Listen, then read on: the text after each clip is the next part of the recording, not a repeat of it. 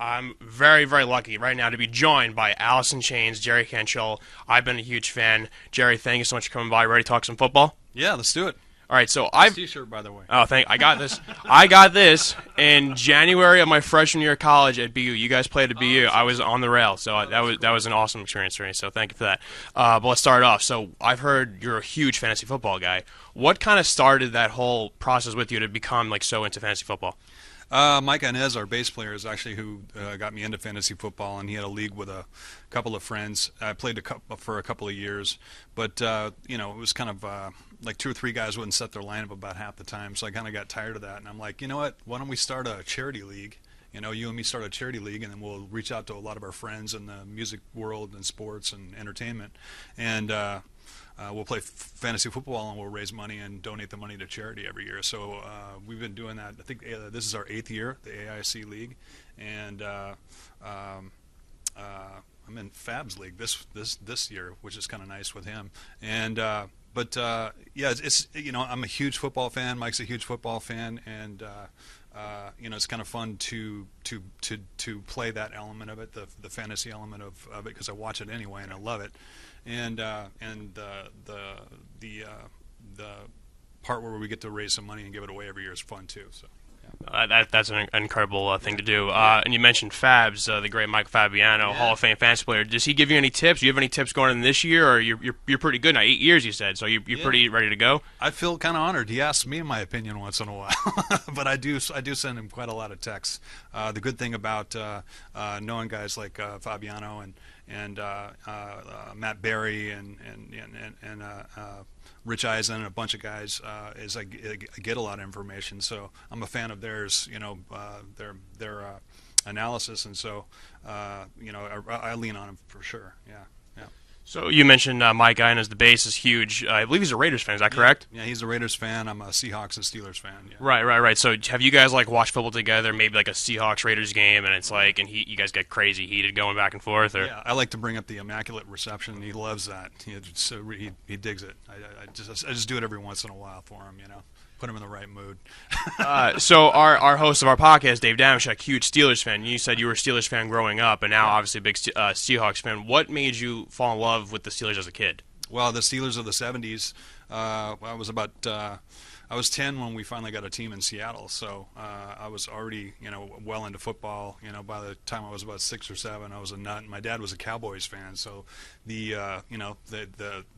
rival of the Steelers and played in a Super Bowl against them. So you always want to take the team that's opposite of your dad.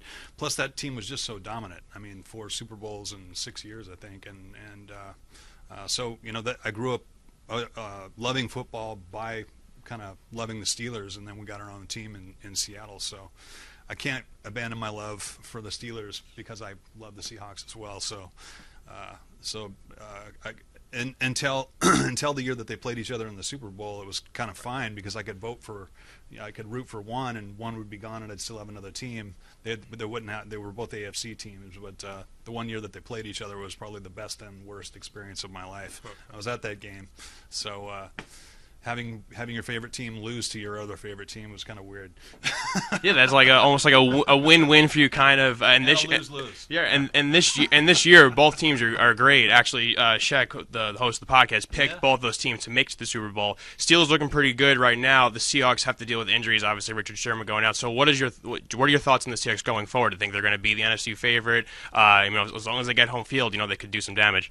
Yeah, I think both teams can. I think both teams can go deep, and the Seahawks have shown that they can kind of reach in the bag and bring out an extra gear if they need to. And obviously, with the loss of Richard Sherman, that's a huge loss. But I still think the guys are a good team. It's a great organization, and I think they can make a good run. Also, the Steelers too.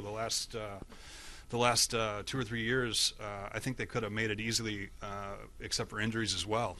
Losing Bell, losing Brown, losing Roethlisberger, that derailed all of those runs. But you never know. This is the final push. I think there's some really strong teams in the NFC. The Vikings, the Rams,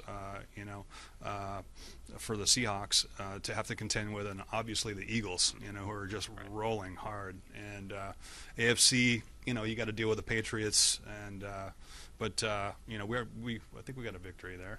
I think we already got one in the bag. If not, I think they can take them down. Big game coming up for the Seahawks playing the Falcons this week. And I'm sure you've been to a ton of games up there. Is that home field advantage unlike anything else you've ever seen in NFL? Yeah, I mean, it's a great stadium. The way that it's built, it's kind of built to be a speaker projecting sound right down on the field, and it's a great experience. I'm glad it's an outdoor stadium, and so that the elements can kind of come into play a bit. The Kingdome kind of sucked. I was not bummed out when that thing got blown up, but it was outdated when they built it. But that's going to be a tough game. Sure, it's going to be a tough game. So Seahawks have a big home field advantage in Seattle. What about you? Is there a place where you've performed that you felt like at home, or maybe have your best shows there? Is like kind of like the Seahawks being at home at the CenturyLink Field. Do you have one of those places?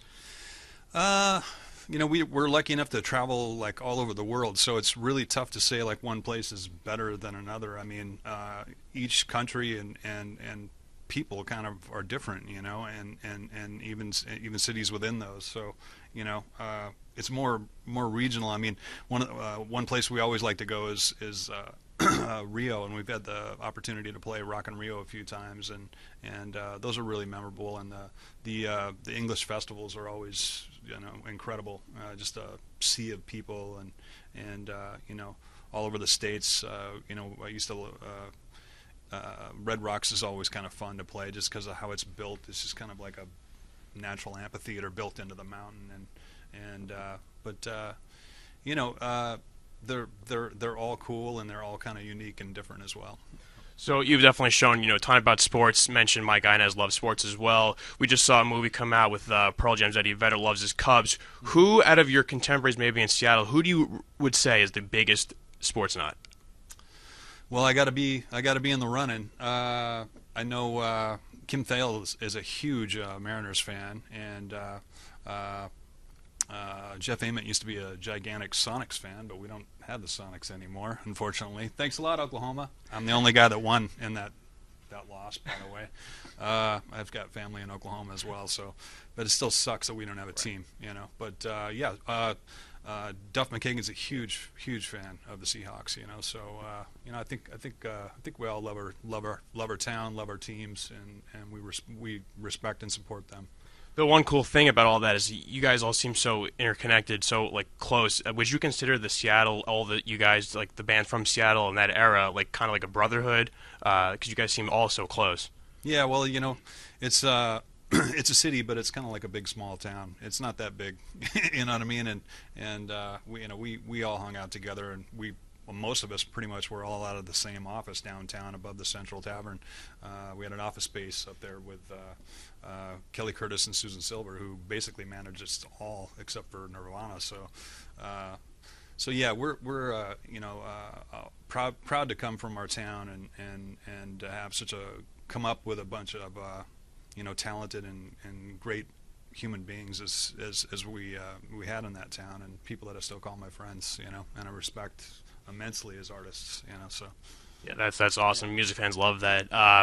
Wrapping up here quickly. So we've heard rumors that an album could be coming, maybe a tour. Do you want to shed some light on that? Is that in the works right now? Yeah, we're in the process of working on stuff. Not quite sure when it'll come out. When we have a good record, we'll let you know.